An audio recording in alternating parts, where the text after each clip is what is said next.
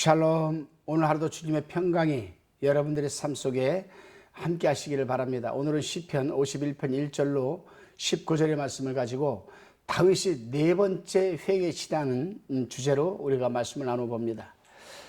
다윗이 평생 살면서 기록한 회개시가 5편이 있죠. 시편에 보게 되면은 6편, 32편, 38편, 51편, 102편, 130편, 140편 7편인데 이 7편 가운데에서 핵심적인 이 시편이 5편입니다.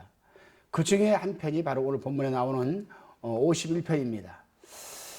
이 51편은 다윗이 밧세바와 동침을 합니다. 그리고 이 밧세바를 얻기 위해서 밧세바의 남편이자 다윗에게 충성을 하였던 우리야를 장군을 죽이고 모든 사실을 숨기려고 했습니다. 그때의 선지자 나단이 다윗에게 와서 한 비유를 들어서 책망한 직후의 사정을 기록한 것이 바로 오늘 본문 말씀입니다. 당시의 왕은 어떠한 것이라도 또 어떠한 짓이라도 자기가 원하는 대로 할 수 있습니다. 어느 누구도 반론하지 못합니다. 아무도 하는 일을 간섭할 수가 없었습니다. 아마 다윗도 이러한 생각에서 자신을 변명하려고 했을지도 모릅니다. 성경은 다윗에게 하나님의 마음이 맞는 사람이라고 평가를 합니다. 다윗처럼 많은 사람을 죽이고 다윗처럼 여성 편력이 강한 사람이 어디 있었겠습니까? 그런데도 하나님은 다윗을 내 마음에 합한 자라 이렇게 얘기를 합니다. 사도행전 13장 22절에 사무엘상 13장 14절에 나와 있습니다. 그런데 그가 비록 왕이기는 하지만 밧세바와 간음을 하고 그것이 들통날까 봐 그 남편된 충성된 우리야를 죽인 죄는 참으로 씻지 못할 잔인한 죄를 지었죠. 그렇다면 우리가 여기서 한번 생각해 볼 부분이 있습니다. 다윗이 그러한 행동에서 과연 하나님의 마음에 맞는 사람이라는 평가를 받을 수 있을까? 그렇습니다, 여러분. 일반적으로 사람들은 죄를 짓고 나서도 하나님을 의식하지 않습니다. 만일 의식한다면 죄를 짓지 않겠죠. 심지어 주위 종이나 주위 사람들로부터 지적을 받아도 마찬가지일 것입니다. 그런데 다윗은 늘 하나님을 의식하고 죄를 짓고 나서 자기가 하나님께 죄를 지었다는 사실을 빨리빨리 깨달았습니다. 그리고 자신에게 책임이 있다는 것을 인정하고 회개하였던 것입니다. 바로 이러한 부분이 하나님 마음에 맞는 사람이라고 하나님께서는 절대적인 평가를 해주신 겁니다. 본문 이제 1절로 4절까지의 말씀을 묵상한 것을 나눠봅니다. 본문 3절에 보게 되면은 다윗은 자신의 죄를 고백하고 용서하심과 깨끗하게 하여 주시기를 간구하고 있습니다. 그는 자기가 지은 죄가 자꾸만 생각에 떠올라서 양심의 가책을 피할 도리가 없다라고 지금 말하고 있습니다. 그래서 그는 하나님께서 자비로서 자기의 죄를 도말하시기 전에는 아무것도 할 수 없다라고 그런 얘기를 합니다. 그러기에 하나님의 용서하심과 깨끗하게 하시는 자비가 베풀어지기 전에는 이 안타까운 심정을 해결할 도리가 없다는 거죠. 이 말씀을 좀 더 미세하게 분해해서 또 확대 해석을 해서 우리 신앙생활에 한번 대입을 해보게 되면은 우리가 어떤 죄를 지었을 때 그 죄로 인해서 마음의 양심의 가책 때문에 아무것도 할 수가 없다라는 겁니다. 그래서 하나님께서 이 양심의 가책이 된 이 죄를 지은 부분을 좀 해결해 주셔야 내가 숨을 쉴 수 있다라고 하는 겁니다. 바로 이러한 부분 때문에 우리 주 예수 그리스도께서 십자가에 끌려 돌아가신 것 아니겠습니까? 회개의 통로를 열어주신 것 아니겠습니까? 그렇습니다, 여러분. 다윗이 범한 죄는 하나님께 대한 것인즉 하나님께로부터 용서함 받지 않으면 안 되는 것이죠. 이것이 바로 죄를 용서함 받게 되는 첫 단계인 겁니다. 죄를 지은 사람은 먼저 자기의 죄를 깊이 깨닫고 회개하는 마음으로 하나님 앞에 분명히 고백을 해야 됩니다. 죄를 용서함 받는 기본 조건은 십자가에서 우리의 과거, 현재, 미래의 모든 죄까지 짊어지시고 대속해 주신 예수 그리스도의 이름으로 회개하는 겁니다. 이어서 본문 5절로 8절까지의 묵상의 나눔입니다. 다윗은 계속하여 자기는 언제나 죄를 지으려는 성품이 있음을 고백합니다. 5절에 보게 되면 다윗은 그러한 자기를 잉태한 모친을 원망하는 것처럼 보이지만 다윗의 의도는 그게 아니고 다만 자기가 어렸을 때부터 잘못된 일을 많이 했다는 것을 말하는 것입니다.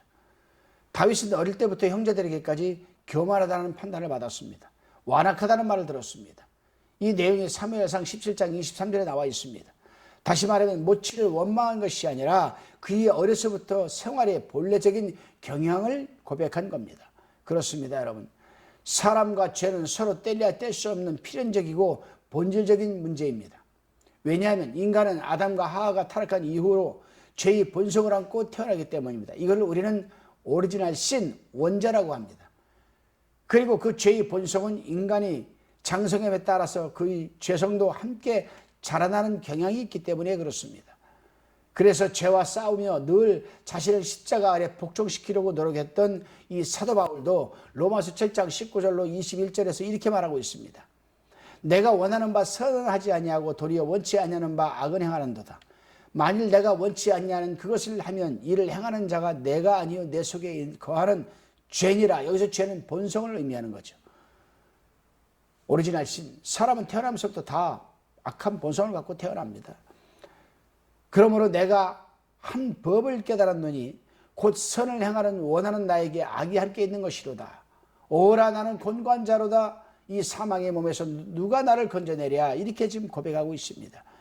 그렇다면 다윗이 고백하였던 인간과 죄의 상관관계를 어떻게 해결해야 되겠습니까? 정답은 바로 회개와 성령입니다. 로마서 8장 26절로 27절에 보게 되면 이렇게 말하고 있습니다. 이와 같이 성령도 우리 연약함을 도우시나니 우리가 마땅히 빌 바를 알지 못하나 오직 성령이 말할 수 없는 탄식으로 우리를 위해 친히 간구하시느라. 마음을 감찰하시는 이가 성령의 생각을 하시라니 이는 성령이 하나님의 뜻대로 성도를 위하여 간구하심이라고 말해주고 있습니다. 죄의 문제로 어려움에 처했을 때 성령을 의지하여 철저히 회개하는 겁니다. 우리가 마음의 심중만 아버지 앞에 내려놓고 회개하는 심령으로 몰입을 하게 되면은 이루 말할 수 없는 탄식으로 성령께서 우리의 연약한 고백을 강하게 회개시키도록 도와주시는 거예요. 우리 마음과 생각을 감찰하시는 이가 도와주시는 거예요. 또 하나님이 원하는 방향으로 우리가 간구하도록 또 도와주신다는 사실입니다. 그럴 때 우리는 철저히 회개를 할 수가 있는 것이죠. 다시금 본문 9절로 12절에까지 말씀을 나누어 봅니다. 다윗은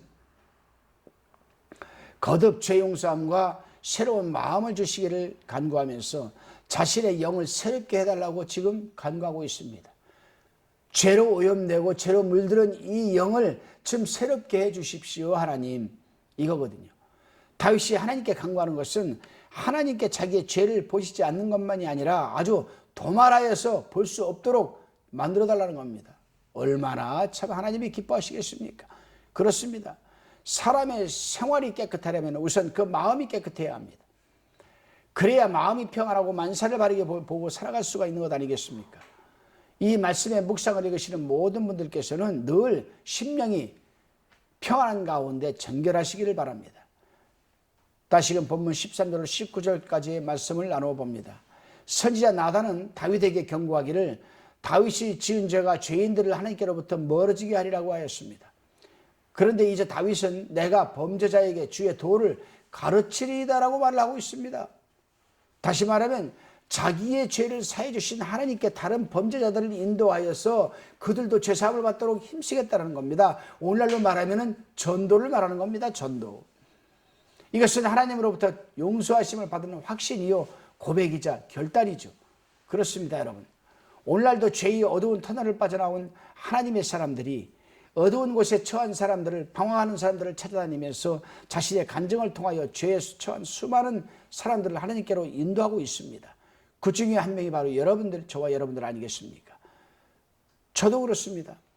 질병에 시달리고 방황하는 사람들, 고통받는 사람들, 하나님을 모르는 자들, 그들에게 복음을 전하기 위해서 저도 매일매일 연일 최선을 다하고 있습니다. 여러분은 어떻습니까? 아직도 죄에 대한 문제로 방황하고 계십니까? 아니면 성령의 감동을 통한 회개를 하고 용서함을 받는 확신 가운데 감사한 마음으로 죄에 방황하고 있는 사람들을 하나님께서 베푸시는 죄사함의 은총과 구속의 은혜로 인도하는 삶을 영위하고 계십니까? 오늘 한 날이 그날이 되시기를 바랍니다. 기도드리시겠습니다. 주님, 인간은 본질적으로 죄성을 안고 태어나기 때문에 인간과 죄성은 필연적인 것 같습니다.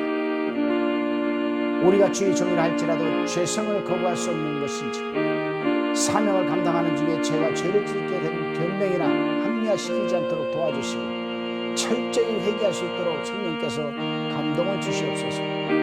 또한 한 번 실수한 죄와 허물은 두 번 다시 짓지 않도록 붙들어 주시옵소서. 감사드리오며 예수님의 이름으로 기도드리옵나이다.